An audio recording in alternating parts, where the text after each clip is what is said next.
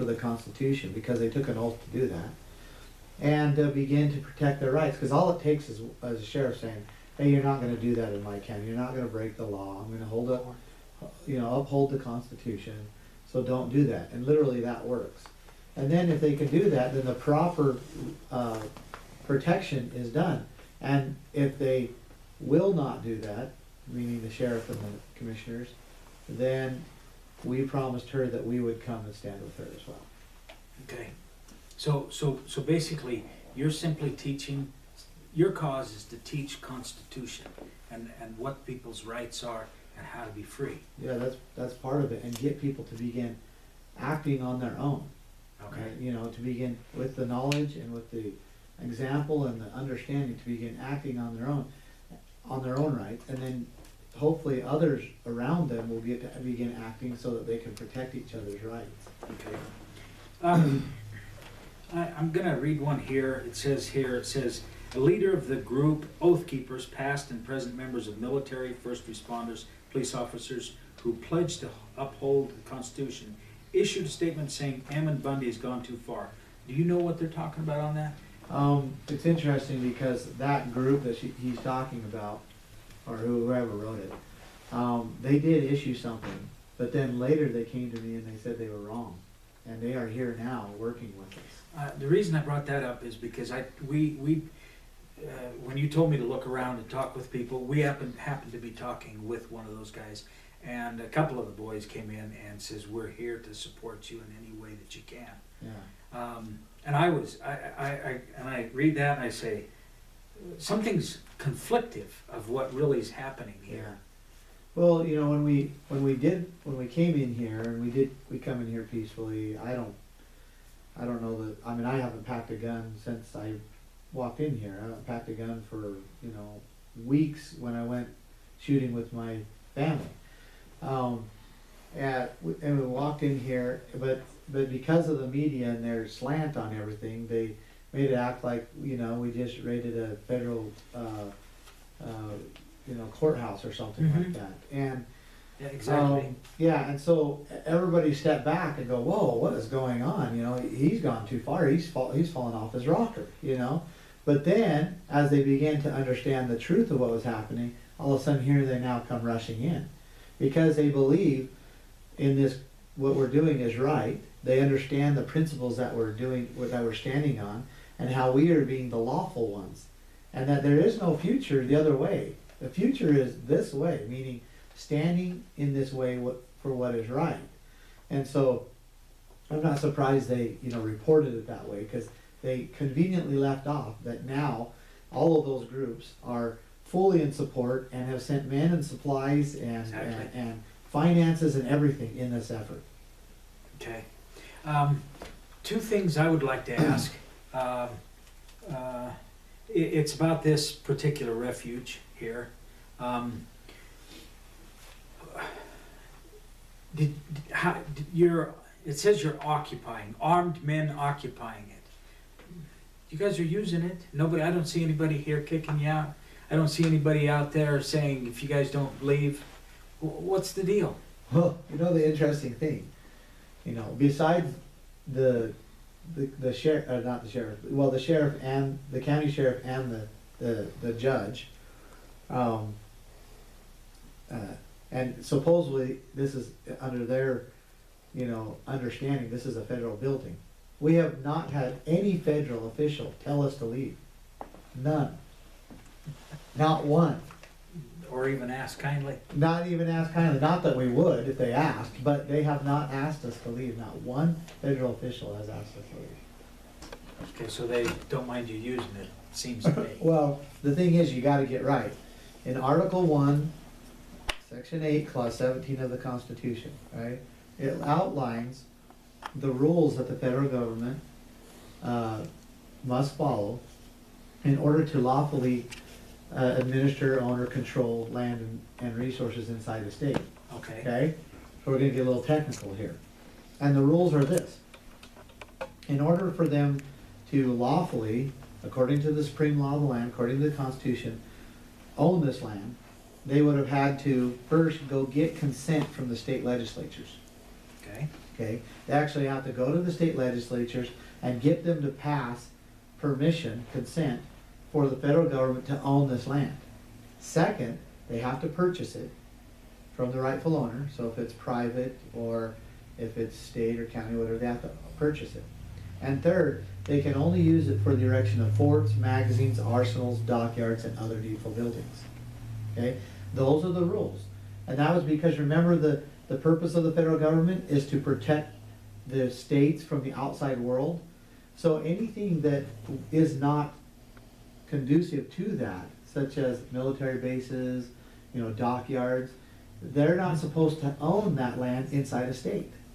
Okay, so they have been holding this land unconstitutionally, unlawfully, for many, many years.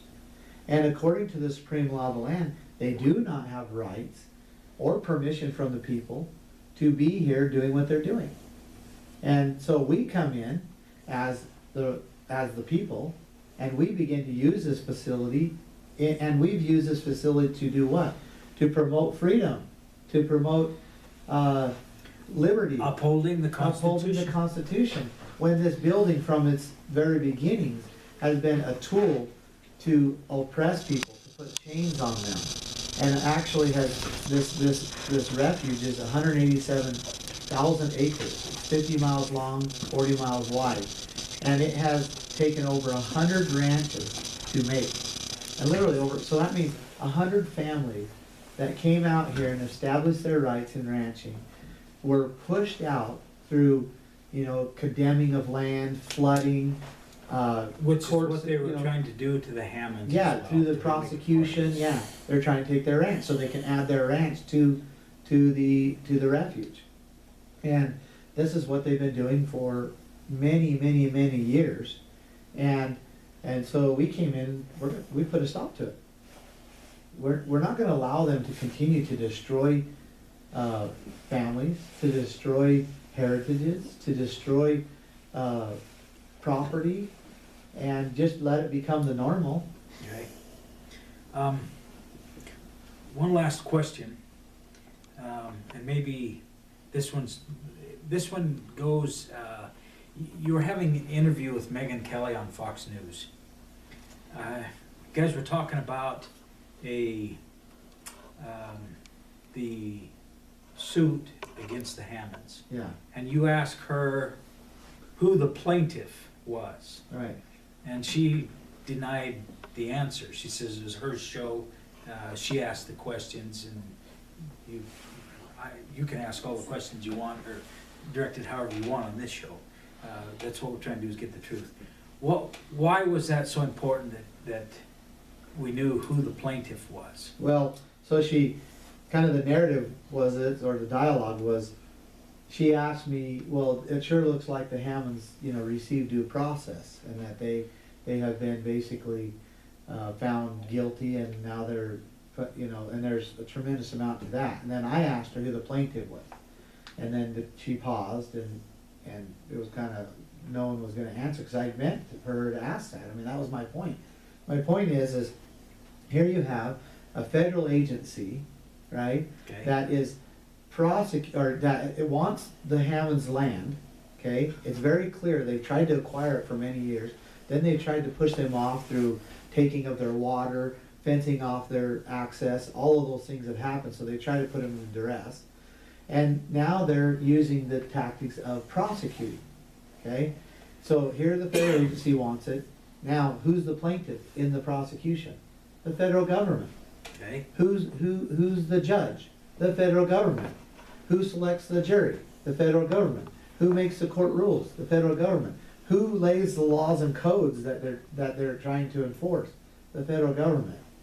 And Cards are stacked. yeah, it's injustice.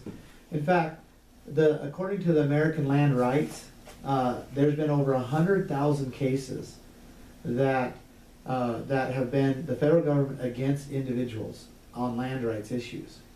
And guess how many of those the individuals won out of 100,000? Zero. Zero. Every one of them sided with the federal government, okay? Because it's stacked against them. And my dad explains it the best, I think. He says going into a federal court on these land issues is like a man coming into your home and abusing your wife and children. And so you want justice, and you take him to court. And when you're there, you're thinking you're going to get justice, and they say, all arise for the honorable judge. And a man walks in a black robe, and it's the very man that abused your wife and children. That's how it is. There is no justice found in the federal court system. There hasn't been for a long time. And that is one of the reasons why we're here, because the people are in a very precarious situation.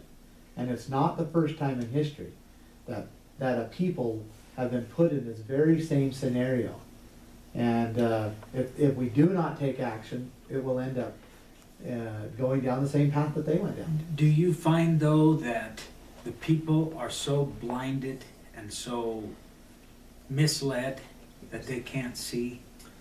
Those in the system are, for sure. Okay, those that are in the system employed by, I hate to say generalize, because that's not all true. There are most that we see in the system are blinded, right? Okay. But outside of it, they're kind of in kind of question, if you will. But then those that are, understand the land issues, business owners that have to actually produce and make an income for themselves, they fully understand this. And they see where the federal government's coming down into every industry. It's come down into the auto industry, the banking industry, the finance industry, coming down into the housing industry, into the healthcare industry. And they're literally going down in there. They've identified where the wealth is, and they've come through their codes and regulations. They've identified it and grabbed a hold of that and just sucked the wealth right out. And so leaving very little for the business owner, for the employee really, and for the product to be able to make a profit. And that's what they're doing. It's just basically strangulating their own people. I like to call them modern day conquerors. They found a very deceptive way to come down and conquer. Because conquerors, all they did is they went in and they controlled the land and resources, and then they controlled the people.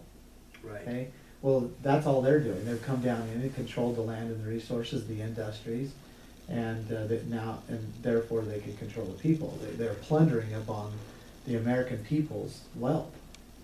Okay.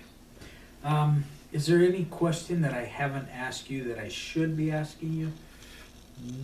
I don't think so. You've done a pretty good job. It just, if I could emphasize again that point, that all wealth is generated from the earth.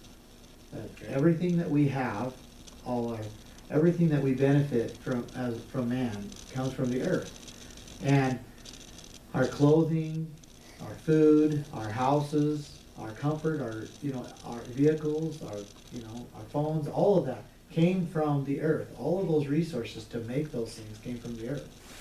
And whoever controls the land and the resources has full control of the people. And our founders understood that it was the only safe place for the land and the resources was distributed into the people's hands, into the individuals, that it was not safe in one entity, whether it's corporation, whether it's government, or whether it's just an individual that owns tons of. It wasn't safe there, because then the people couldn't access it, they couldn't use it and benefit from it, and it would hinder their pursuit of happiness. Okay. And so, I'll just leave with that. We must protect the land and the resources, or we do not have a future. Okay, very good. Appreciate it. This is, once again, Don Allen Rico with On-Q Viewpoint. We've been with Ammon Bundy just to kind of get some of the meat and potatoes of what's really going on. Thank you for letting us come out and be with you. Thank you. And we'll do it again sometime. Very good. Thank you. Thanks. A few more questions? Sure. Oh, bless your You heart. have to take this. I have to take that? Okay.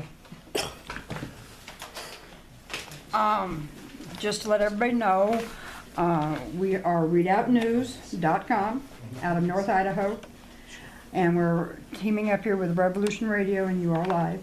Excellent. So, I kind of want to talk a little bit more about the town. Okay.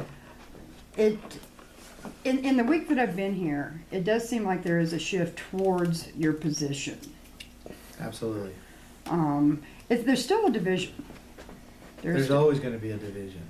You know, but I think it's actually swung the pendulum a little bit past the halfway point at this time. You wouldn't necessarily see it from last night's meeting. You know, Go. last night's meeting, I see that they really kind of tried to stop your First Amendment rights and Yeah. wouldn't let you speak and things like that. Do you want to respond to that? Well, the interesting thing is, and most people don't understand this, but there was another meeting where there was over 400 people there, and they were in, open support of what we're doing. And the county, well, Grasty, I shouldn't say the county, but because Judge Grasty and the sheriff, they held another meeting, and they even moved it up an hour so that they could try to pull from the meeting we were having. And so the people that were there at that meeting would have been the worst group of people that you could ever have. However, there was still over half of the people, well over half of the people at their meeting that was still in support of us. So the way that we can assess this is there was about 100 people that are pretty loud against what we were doing there in that meeting. But there was probably around 600 people that were there altogether, and 500 of them were in support. And at least in some measure, and many of them in very open support. So, the tide has definitely turned. And people are beginning to understand why we're here and taking hope in that we might get some things done here that need to be done. I think the first meeting you were referring to, I think a lot of people learned some of the power that they have that they never knew that they had. And I think that goes back to the government-controlled schools. Personally, that's what I think. Yeah. They don't teach that. Yeah. Is that the key to all of these issues, you think, is teaching the Constitution in school again the way they used to? Well, that's the key to maintaining it. But the problem is we have deteriorated to the point where we have to do some restoration before we can just maintain. Because we can't maintain where we're at. It's unsustainable. And so that's what we're doing here. We're getting the rancher back to ranching, the logger back to logging, miner back to mining.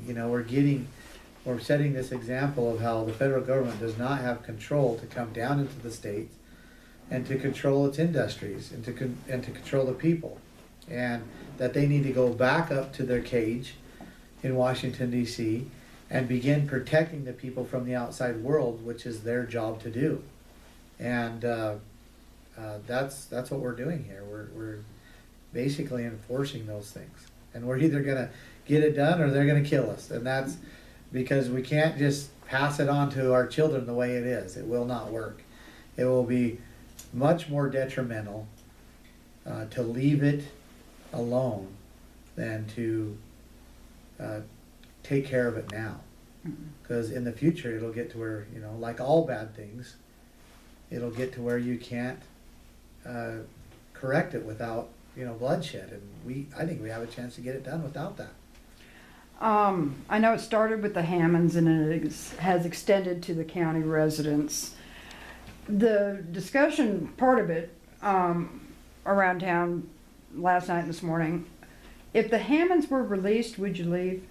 That would be a real good start. And we intend on getting the Hammonds released. That's why we're here, one of the reasons. However, the Hammonds are a symptom of a bigger problem. And if we just left at that, if all the people just ended it left at that, it would certainly happen again. Mm-hmm. One is the Hammond case itself is setting a precedence. A precedence that the federal government can abuse. Thank you. The federal government can abuse people's, and intimidate them for speaking to other people. That they can take away their property without just compensation without a willing buyer, willing seller, that they can